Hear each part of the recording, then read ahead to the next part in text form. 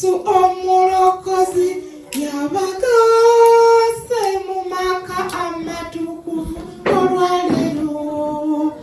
Bayinjidde mu bulamu obw'ekitiibwa bawangudde emitawaana olwaleero.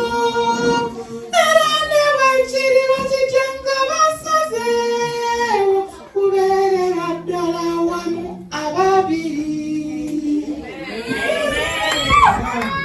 Tunuulira Isaka bw'awo y'omwami n'omukyala we ku mbaga.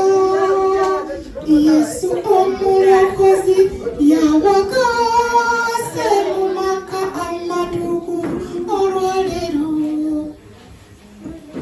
Tunuulira ebyambalo ebirungi biri nga bamalayika mu ggulu. Engoye zimasamasa zebetimbye lwaffe tubakubireko ne mu ngalo. Bayinjidde mu bulamu obw'ekitiibwa bawangudde emitawaana olwaleero.